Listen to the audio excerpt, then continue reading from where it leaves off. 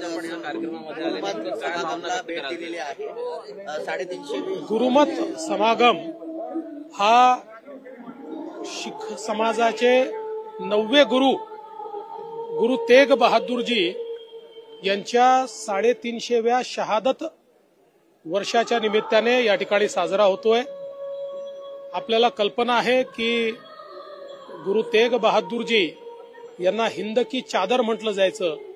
ज्या काळामध्ये औरंगजेबाने अनन्वित अत्याचार करून धर्म परिवर्तनाचा ओघ लावला होता, त्या काळात गुरुजींनी काश्मीर मधल्या पंडित असतील, वेगवेगळ्या ठिकाणचे हिंदू असतील, सर्व पंथीयांना मोठ्या प्रमाणात औरंगजेबापासून वाचवलं आणि शेवटी औरंगजेबाने त्यांना पकडल्यानंतर ज्याप्रमाणे छत्रपती संभाजी महाराजांना अनन्वित यातना दिल्या, पण संभाजी महाराजांनी धर्म बदलला नाही, तसंच गुरु तेग बहादूरजींनी देखील स्पष्टपणे सांगितलं की माझा धर्म जर तुम्ही बदलून दाखवला तर माझी संपूर्ण कौम धर्म बदलेल, पण माझा तुम्ही बदलू शकत नाही.